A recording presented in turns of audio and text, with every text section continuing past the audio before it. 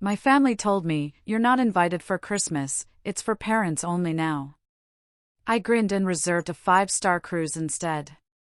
When I shared photos from the deck, their messages wouldn't stop coming. The text landed like a punch to the gut. A single message, delivered casually in a family group chat, declared me no longer worthy of Christmas. My entire world tilted that day, and I knew nothing would ever be the same. I was at my desk, drowning in quarterly reports, when my phone buzzed. Outside, the fluorescent lights hummed a dreary tune, completely oblivious to the cold dread settling in my chest.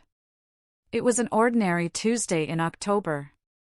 My sister, Amelia, had just posted in the family group chat about Thanksgiving, which seemed innocent enough. But then came her follow-up. It read, "Also, we need to talk about Christmas this year. Ethan and I have been discussing it and we think it's time to make the holidays more intimate. Just parents and kids. You understand, right, Chloe?" My blood ran ice cold. I reread her words, over and over, until they blurred on the screen. My brother, Lucas, jumped in instantly. "Yeah, that makes sense," he wrote. "Hannah and I were thinking the same thing. The kids are getting older and we want to focus on our nuclear families." 20 minutes later, Deborah, our mother, chimed in with a meek, "Well, if that's what you all want. It'll be quieter, I suppose." Robert, my dad? He said absolutely nothing. He never does when Amelia's pulling the strings. I just sat there, in my cubicle, the distant keyboard clatter and fluorescent hum fading into background noise. I felt completely gutted.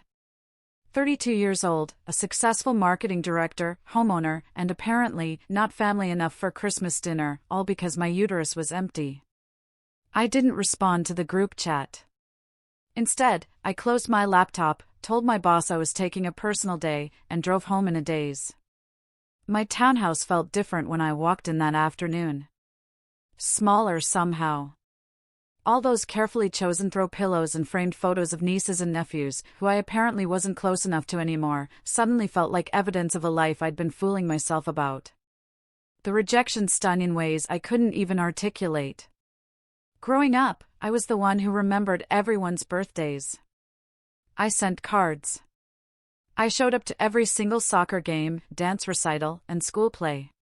When Amelia had her emergency C-section with her first daughter, I was the one who stayed at the hospital for 16 hours while Ethan handled their older son.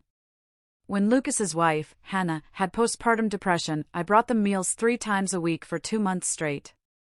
But sure, I wasn't family enough for Christmas. I poured myself a glass of wine and opened my laptop. If they wanted to exclude me from their perfect nuclear family holiday, fine. I'd make my own plans, better plans. The Caribbean cruise packages glowed on my screen like a lifeline. 15 days, leaving December 20th, stops in St. Lucia, Grenada, Curaçao, and 3 other islands I'd always wanted to visit. The suite with a private balcony cost more than I'd usually spend, but I had the money. No kids meant disposable income, right? Maybe that was the silver lining they'd helpfully pointed out. I booked it right there, glass of wine in hand, barely a second thought. The confirmation email felt like victory and heartbreak all mixed together. For the next few weeks, I said nothing to my family. Thanksgiving came and went with awkward small talk and Amelia's pointed comments about how next year would be more manageable with fewer people. I smiled through it all, brought my famous sweet potato casserole that everyone loved, and didn't mention my plans once. The questions started in early December. Deborah called to ask what I wanted for Christmas. "Oh, don't worry about it," I said breezily. "I'm actually going to be away this year." The silence on the other end spoke volumes. "Away where?" she finally asked. "On a cruise. Caribbean. 15 days. Should be amazing."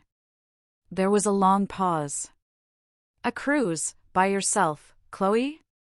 It seems perfect, actually. I figured since I wasn't needed for Christmas anyway, I'd do something nice for myself. She didn't know what to say to that. Neither did Robert when she told him. I knew because he sent me a text later that night, "Your mother is upset." I typed and deleted about 15 responses before settling on, "I'm sure she'll be fine." Amelia called the next day, her voice tight with barely concealed irritation.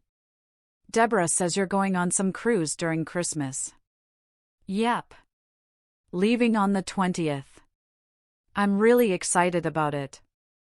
Don't you think that's a little dramatic? We just wanted to simplify the holidays. And I'm simplifying my end, too. Seems like it all worked out." "You're being childish."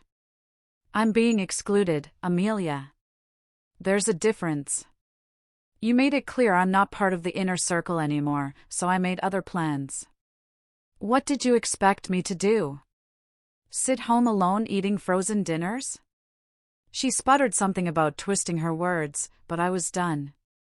I hung up and blocked her number for the rest of the week. I needed peace, and she wasn't going to provide it. Lucas tried a different approach. He showed up at my house on a Saturday morning with coffee and bagels, his version of an olive branch. We sat at my kitchen table while he fumbled through what was clearly a rehearsed speech about family and traditions. "Here's the thing," I interrupted him halfway through. "You and Amelia get to decide who's at your Christmas. That's your right. But I also get to decide how I spend my holiday. And I've decided to spend it somewhere warm and beautiful where nobody makes me feel like I'm less important because I didn't reproduce." He looked uncomfortable. "It's not about that, Chloe." "Then what is it about?" "Spell it out for me, Lucas. Because from where I'm sitting, the only thing that changed is that I don't have kids, and you both do." He left 20 minutes later with half his bagel uneaten. The cruise departure couldn't come fast enough. I packed my bags 3 days early, filled with sundresses and swimsuits I'd bought specifically for this trip. I got my nails done. I bought new sunglasses. I downloaded 6 books onto my Kindle. If I was going to be the outcast, I was going to be the most fabulous outcast in the Atlantic Ocean. December 20th arrived with cold rain and gray skies, which felt fitting. I took an Uber to the port in Boston, my 2 suitcases loaded with everything I'd need for 15 days of complete freedom. The ship was magnificent, massive and gleaming white, with balconies stacked up the sides like Christmas lights. My suite was on the 7th deck, starboard side, with a balcony that overlooked the ocean, floor-to-ceiling windows, a king bed with sheets softer than anything I owned, and a bathroom with a rainfall shower that could fit 3 people. I stood on my balcony as the ship pulled away from port, watching Boston shrink into the distance, and felt something inside my chest finally loosen. I was free. The first 3 days were spent in a blissful haze of room service, spa treatments, and absolutely no family drama. I got a hot stone massage that left me boneless. I ate lobster tail and filet mignon at the fancy restaurant on the 12th deck. I sat in the hot tub under the stars and chatted with a retired couple from Colorado who were celebrating their 40th anniversary. They didn't ask me why I was traveling alone. They just invited me to join them for trivia night. On Christmas Eve, we docked in St. Lucia. The island was stunning, all turquoise water and white sand beaches. I went snorkeling in the morning, had conch fritters for lunch at a beachside shack, and spent the afternoon exploring Phillipsburg shops. I bought myself a pair of pearl earrings and a silk scarf I absolutely didn't need. As the sun started to set, I returned to the ship and changed into the red dress I'd packed specifically for Christmas Eve dinner. The formal dining room was decorated with garlands and twinkling lights. I ordered champagne and stone crab claws and chocolate mousse cake. I ate slowly, savoring every bite, watching the ocean turn gold outside the massive windows. After dinner, I went up to the deck and found a quiet spot near the railing. The air was warm and salty. Music drifted from somewhere below. I pulled out my phone and snapped a photo of myself with the ocean in the background, the ship's Christmas lights twinkling around me, my champagne glass raised in a toast. I posted it to Instagram with a simple caption, "Merry Christmas from Paradise." Sometimes the best gift is giving yourself permission to prioritize your own happiness. The responses started within minutes. Friends from college, former coworkers, my neighbor, all commenting with heart emojis, and you look amazing and living your best life. I smiled at each one, feeling validated in a way I hadn't expected. Then my phone started buzzing with text messages. Deborah, Chloe, that's where you are. On a boat? Amelia, this is how you choose to spend Christmas? Wow. Real mature, Chloe. Rubbing it in everyone's faces. Lucas, Dad's asking why you're posting photos instead of calling home. I stared at the messages, my champagne suddenly tasting sour. They had excluded me. Explicitly told me I wasn't welcome. And now they were upset that I was having a good time without them. I turned my phone off and shoved it in my purse. I was done letting them ruin this for me. But curiosity got the better of me an hour later. I turned it back on briefly, and the messages had multiplied like rabbits. 17 new texts, 4 missed calls. Even Aunt Carol, who I hadn't spoken to in 3 years, had somehow gotten wind of the situation and felt compelled to weigh in. Aunt Carol's message was particularly rich. Your mother told me about your little stunt. Very selfish behavior during the holidays, Chloe. Family should come first. I laughed out loud right there on the deck. Aunt Carol, who'd missed the last 5 family gatherings because she was too busy, was lecturing me about family priorities. The hypocrisy was almost impressive. Amelia's messages had evolved from irritation to full-blown guilt-tripping. Deborah is really hurt. She keeps asking what she did wrong. Robert won't talk to anyone. I hope you're happy with yourself. What struck me most was how they'd managed to make this about them. I was the one who had been excluded, but somehow I was the villain for not suffering quietly, for not spending Christmas alone in my townhouse, scrolling through their family photos, feeling sorry for myself. That's what they'd expected. I realized they wanted me to be hurt, to feel the absence, to learn my place in the family hierarchy. Instead, I was drinking champagne on a cruise ship, and that was apparently unforgivable. Lucas's approach was different. He sent me a voice memo, probably because he thought hearing his voice would be more effective. I almost deleted it without listening, but something made me press play. Hey, Chloe, it's me. Look, I get why you're upset, but you have to understand where we're coming from. Hannah and we're exhausted. The kids are at these ages where everything is chaos. We barely have time for ourselves, let alone extended family gatherings. We thought simplifying would help everyone, not just us. And honestly, we figured you'd understand since you don't have kids. You have the freedom to do whatever you want. Like this cruise. We could never do something like that. So maybe just... I don't know. Cut us some slack. Call Deborah, at least. She's really upset. I listened to the whole thing twice, feeling my anger shift into something sharper. He genuinely didn't get it. To him, my childless status meant I had endless freedom and no feelings that mattered. I could be dropped from Christmas plans because I had options, while they were trapped by their choices and therefore deserved priority. The mental gymnastics were stunning. I recorded my own voice memo, my words measured and calm. Lucas, I do understand where you're coming from. You're tired and overwhelmed. That's valid. But you know what else is valid? My feelings about being excluded from family traditions I've been part of for 32 years. You keep framing this like I'm the one being unreasonable, but you literally told me not to come to Christmas, and now you're upset that I made other plans and didn't spend the holiday crying about it. You want me to cut you slack, but you won't extend me the same courtesy. Think about that. I sent it before I could second-guess myself, then powered off my phone completely. No more checking. No more letting them infiltrate my peace.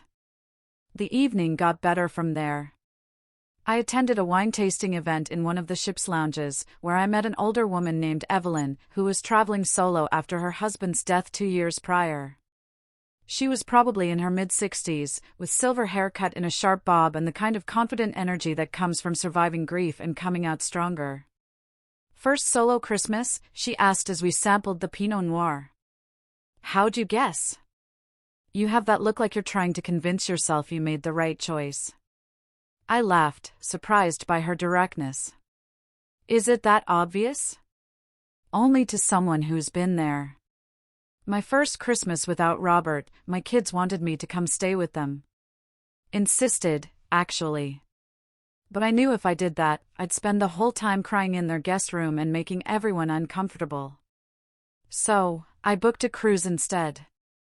They were furious." "What happened?" "I went anyway. Had the time of my life. Took a pottery class, learned to play bridge, kissed a man from Vancouver on New Year's Eve." She grinned wickedly. "When I got back, my kids were still mad, but I was different, stronger. I'd proven to myself that I could survive the hard things alone, that I didn't need to be saved or managed or protected from my own grief." "Do they understand now?" "Some days, yes. Other days, they still think I'm being difficult. But here's what I've learned, Chloe. You can't live your life trying to meet other people's expectations of how you should handle your pain, or your joy for that matter. They wanted you to be miserable so they could feel less guilty about excluding you. You refused to play that role. Good for you." We ended up talking for 3 hours, long after the wine tasting ended. She told me about her late husband, her career as a civil engineer, her complicated relationship with her daughter, who thought she was being reckless with her grief. I told her everything about Amelia and Lucas, about feeling like I'd failed some test by not having kids, about the group chat message that had started this whole thing. "You want to know the real reason they're upset?" Evelyn said finally. "It's not because you skipped Christmas. It's because you're happy. Genuinely happy. And that threatens the narrative they built about their lives being harder and more meaningful than yours." Her words hit me like a physical thing. She was right. Every message from Amelia and Lucas carried an undercurrent of resentment that I was here, living well, while they were home dealing with tantrums and laundry and the endless grind of parenting. My happiness was an insult to their sacrifice. We exchanged room numbers and made plans to have breakfast together. Walking back to my suite that night, I felt lighter than I had in months, maybe even years. Christmas morning arrived with brilliant sunshine and calm seas. I ordered breakfast on my balcony, fresh fruit, eggs Benedict, mimosas. I wore my favorite sundress and my new pearl earrings. The ship was sailing toward our next port and the ocean stretched out endlessly in every direction. I turned my phone on long enough to post one more photo, me on my balcony, breakfast spread before me, the ocean sparkling behind me. Caption: Christmas morning done right.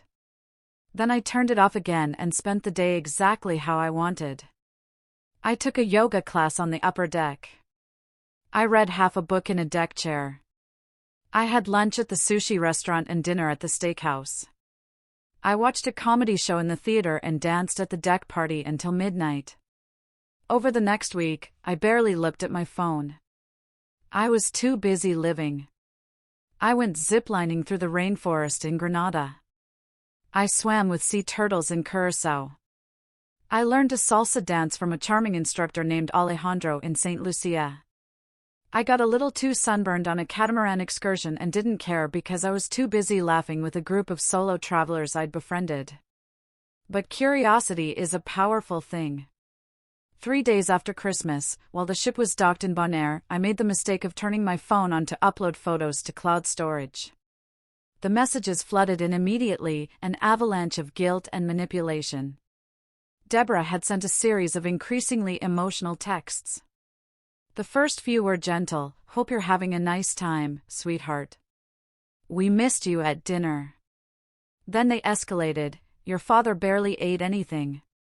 He kept looking at your empty chair." And finally, "I don't understand how you could abandon your family like this after everything we've done for you." That last one made my jaw clench. After everything they'd done for me? Like raising me was some kind of favor I was supposed to repay by accepting whatever mistreatment they doled out. Amelia had sent photos, lots of them. The whole family gathered around the Christmas tree, the kids opening presents. Lucas carving the turkey. Everyone wearing matching pajamas, except for one conspicuous gap where I would have been. The message that accompanied them was brief: look what you missed. It was manipulative and calculated, and it almost worked. For about 30 seconds, I felt a pang of regret. Then I looked around at where I was, standing on a dock in Willemstad, the colorful Dutch colonial buildings reflected in the impossibly blue water, the sun warm on my shoulders, freedom humming in my veins. I opened my camera roll and found my favorite photo from the past few days. It was from the sea turtle excursion in Curaçao. I was in the water, snorkel mask pushed up on my head, grinning at the camera, while a massive green sea turtle swam just a few feet away. My face was lit up with pure, uncomplicated joy. I posted it with the caption, "Sometimes what you miss isn't as important as what you find."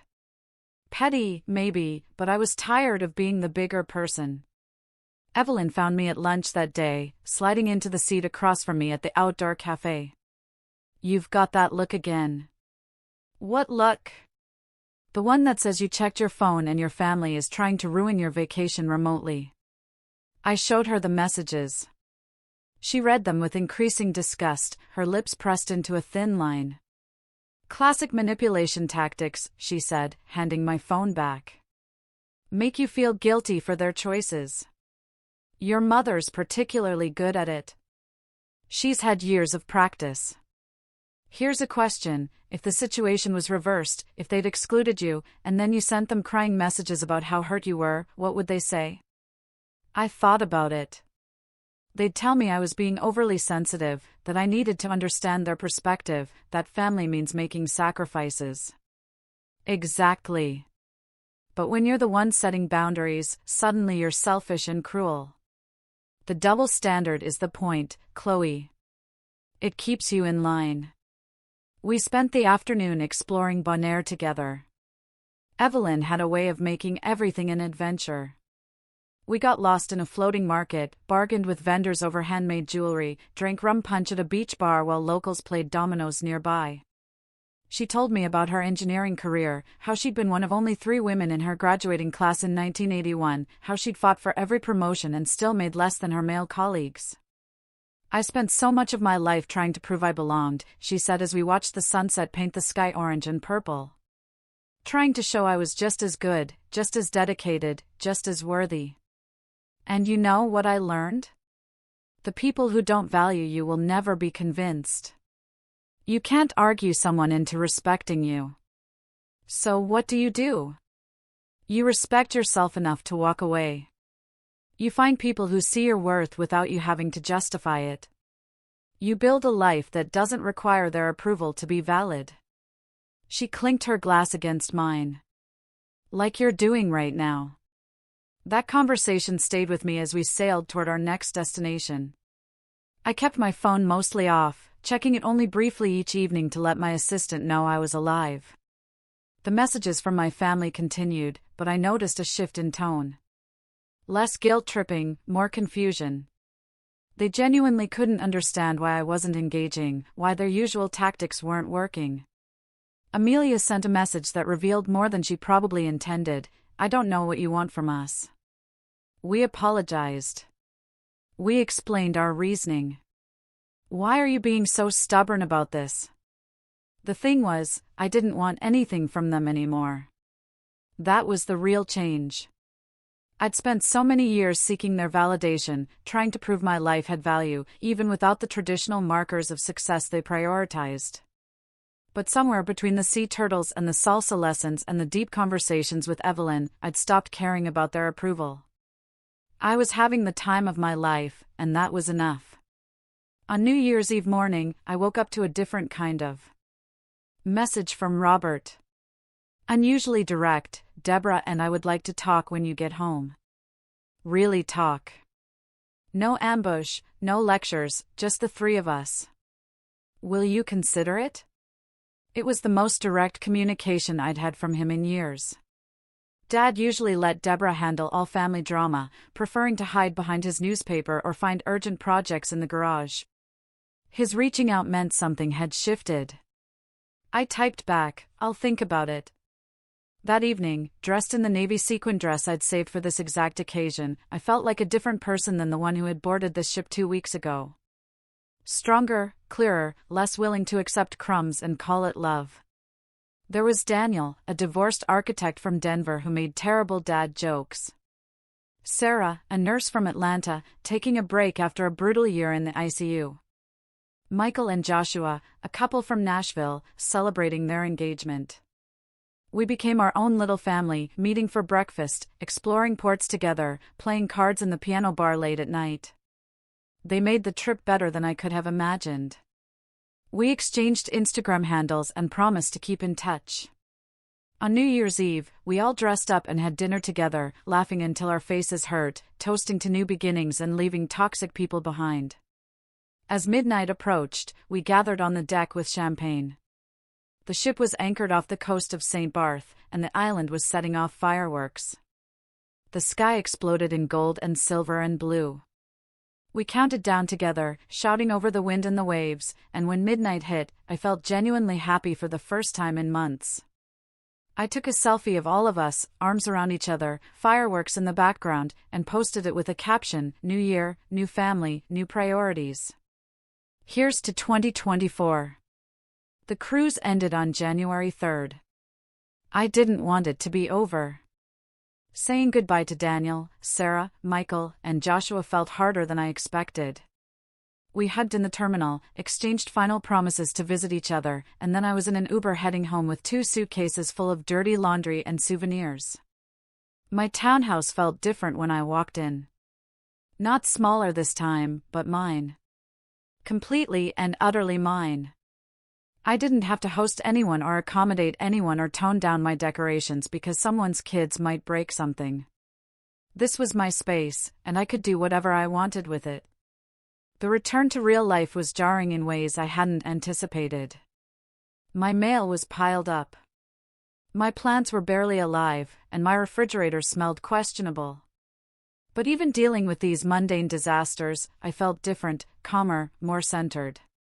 I spent that first evening going through 2 weeks of mail and listening to voicemails I'd ignored. Most were from my family, but there was one from my friend Brenda that made me smile. "Girl, I saw your cruise photos and I am living. Your sister called me asking if I thought you were having a breakdown. I told her the only thing breaking down was her audacity. Call me when you're back. I want details." Brenda and I had been friends since college, and she'd watched my family dynamics with increasing frustration over the years. She was the one who had pointed out during Amelia's baby shower that I'd organized and paid for everything while Amelia complained it wasn't fancy enough. She'd been telling me to set boundaries for years. I called her back immediately. "So?" she demanded. "How was it? And please tell me you're not about to cave and apologize to them." "It was incredible. And no, I'm not apologizing." "Why would you?" "Because you always do. Every time they pull this crap, you end up being the one who smooths things over and pretends everything's fine." She wasn't wrong. I had a pattern of being the family peacemaker, the one who absorbed tension and made myself smaller so everyone else could be comfortable. It was exhausting, and I'd done it for so long I'd forgotten it was a choice. "Not this time," I said, surprising myself with how much I meant it. We talked for over an hour. I told her about Evelyn, about the sea turtles, about Daniel and Sarah and the others. I told her about the messages from my family, about Amelia's manipulative photos, about Deborah's guilt trips. "Good for you," Brenda said fiercely when I finished. "Seriously, Chloe, I'm proud of you. You finally chose yourself. It's weird, though. I keep waiting to feel guilty, and I just don't. That's called growth, babe. That's what it feels like when you stop letting toxic people dictate your emotions." After we hung up, I made myself dinner and settled on the couch with my laptop. I needed to sort through cruise photos and start thinking about work tomorrow, but instead, I found myself looking at flights, destinations I'd always wanted to visit, places I could go without asking permission or coordinating with anyone else's schedule. Norway, Australia, South Korea, Greece. The world felt suddenly dizzyingly open. My phone buzzed with a text from Lucas. "Deborah says Robert wants to talk to you. Please don't make this harder than it needs to be." I stared at the message, feeling that old familiar pressure to be accommodating, to make things easy for everyone else. But Evelyn's voice echoed in my head, "You can't live your life trying to meet other people's expectations." I typed back, "I'll talk to Robert when I'm ready." "Not before." His response came quickly, "You're being selfish." Maybe. Or maybe I'm finally being fair to myself. He didn't respond after that. I spent the weekend unpacking and organizing photos. I had hundreds of them. Me snorkeling. Me at sunset on various beaches. Me laughing with my cruise friends. Me living my life without apology. Monday morning, I went back to work refreshed in a way I hadn't been in years. My coworkers commented on my tan, asked about the trip. I showed them photos and told them stories, and it felt good to share the joy rather than the hurt that had prompted it. My phone had been mostly quiet since I'd gotten home. I'd ignored the family group chat entirely, but Tuesday evening, Robert called. "Chloe, we need to talk." "Hi, Dad." "What's up?" "Your mother is very upset with you. She says you've been ignoring everyone." "I've been on vacation." "That's kind of the point. You didn't call on Christmas.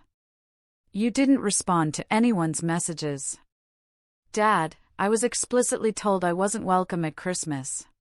"Why would I call?" He sighed, that long-suffering sigh he perfected over years of mediating between Deborah and us kids.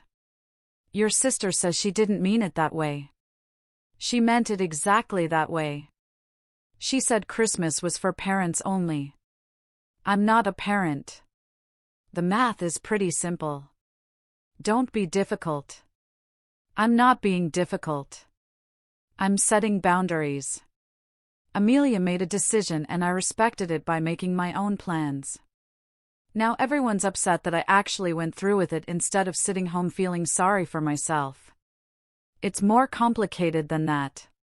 Is it? Because from here? It seems pretty straightforward. They didn't want me there, so I went somewhere else. Somewhere amazing, actually. Best Christmas I've had in years. Another sigh. "Your mother wants you to come to dinner this weekend to talk." "I'll think about it." I hung up, feeling drained. The cruise high was already wearing off, replaced by the familiar weight of family, obligation and guilt. But I was different now. Something had shifted during those 15 days at sea. I didn't owe them my misery. I didn't have to shrink myself to make them comfortable. And I definitely didn't have to accept being treated as less than because my life didn't look like theirs. Saturday arrived and I drove to my parents' house with my stomach in knots. Amelia's minivan was already in the driveway. Lucas's SUV, too. Of course, they'd be there. This was an ambush disguised as dinner. Deborah answered the door with a tight smile. "Chloe, come in." The living room felt like a courtroom. Amelia and Ethan sat on the love seat, Lucas and Hannah on the couch, Deborah and Robert in their respective chairs. The only open seat was the ottoman in the middle, facing everyone else. I remained standing. "If this is an intervention, you should know I'm not interested." "Sit down, Chloe," Deborah said. "I'm good here, thanks." Amelia jumped right in. "Do you have any idea how you made everyone feel with those posts?" Deborah cried on Christmas morning. "You made your choice, and I made mine. I fail to see how my vacation is responsible for anyone's tears." "You were flaunting it." Amelia's voice rose, rubbing it in our faces that you were off on some luxury cruise while we were here with family. I was excluded from that family gathering. Remember? You said Christmas was for parents only. I am not a parent. Therefore, I was not welcome. I found somewhere else to be. How is that flaunting anything? Lucas cut in, his tone more measured. I think what Amelia means is that it felt intentional, like you were trying to make us feel bad. Make you feel bad, Lucas? You told me I couldn't come to Christmas. Do you understand how that felt? I have been present for every single important moment in your kids' lives. I've babysat. I've done school pickups. I've paid for birthday parties. And when it came time for the biggest family holiday of the year, I got told I wasn't inner circle enough anymore. We never said that, Amelia protested. You said Christmas was for parents and kids. That is literally a circle that excludes me. There's no other way to interpret it. Deborah spoke up, her voice wobbly. We just thought it would be nice to have a smaller celebration. You didn't have to make such a production of being excluded. I didn't make a production. I made plans. Good plans. Plans that involve me being happy instead of sitting home wondering why I'm not good enough for my own family. Nobody said you weren't good enough, Robert said quietly. Didn't you, though? What other message am I supposed to take from Christmas is only for people with kids? My life has value, Dad. My presence has value. And if you all can't see that, then I'm going to find people who do. The silence was deafening. Amelia looked like she wanted to argue more, but couldn't find the words. Lucas stared at his hands. Deborah dabbed at her eyes with a tissue. I met amazing people on that cruise, I continued, my voice steadier now. People who included me in their New Year's celebration without needing me to justify my worth based on my reproductive status. People who laughed with me and shared meals with me and made me feel like I mattered. That's what family is supposed to do. So, we're not your family anymore? Deborah's voice cracked. You're my blood relatives. But family is about how you treat people. And right now, my cruise friends are treating me better than any of you have in months. I grabbed my purse and headed for the door. Behind me, I heard chairs scraping, voices calling my name. I didn't stop. The drive home felt different this time. Lighter. I'd said what I needed to say. I'd drawn my line in the sand. What happened next was up to them. 3 days passed with no contact. Then Amelia sent me a text, "Can we talk?" Just us. We met at a coffee shop halfway between our houses. She looked tired, older somehow. Motherhood and guilt were aging her faster than her expensive skincare routine could combat. I'm sorry, she said as soon as we sat down. I didn't realize how it sounded when I said that about Christmas. I was just overwhelmed with planning and logistics, and it seemed easier to keep it small. Easier for who? Not for me. I know.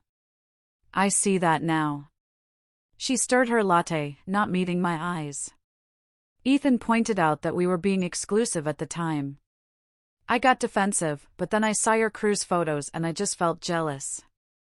I guess you looked so happy. I was happy. I am happy. I want you at Christmas next year if you'll come. I'll think about it. She flinched. That's fair. We talked for another hour. She apologized more, explained her reasoning, admitted she'd been thoughtless. It wasn't perfect, and I wasn't ready to forgive completely, but it was a start. Lucas sent a similar apology via text. Deborah called and cried and promised things would be different. Robert sent his usual terse message, "Glad you had a good trip." But here's the thing I learned on that cruise, I don't need their approval anymore. I don't need to contort myself into shapes that make them comfortable. I have value exactly as I am. Kids or no kids, married or single, fitting their definition of family or not. This Christmas, I'm taking another cruise. Already booked. Adriatic. This time, 3 weeks. I invited Deborah and Robert. Actually, just the 3 of us. Robert said yes immediately. Deborah's still thinking about it. Amelia asked if she could come too, just her, leaving Ethan with the kids. I told her the ship was adults only anyway, so her kids wouldn't have been welcome. She didn't appreciate the irony, but I did. Lucas's family is planning their own Christmas again this year. That's fine. I'm planning mine, too. And mine involves French Riviera coastlines, Croatian islands, and zero guilt. Life's too short to spend it with people who make you feel small. The ocean taught me that. The ocean, and a group chat message that tried to exclude me from Christmas, but instead gave me the push I needed to choose myself. Best decision I ever made. My phone still gets notifications from that family group chat. These days, they're gentler, more inclusive. Invitations extended with actual thought behind them. But I've learned something valuable. I don't have to accept every invitation just because we share DNA. Sometimes the best revenge isn't revenge at all. Sometimes it's just living your life so fully and joyfully that other people realize what they're missing. What unexpected turning point ever forced you to truly choose yourself?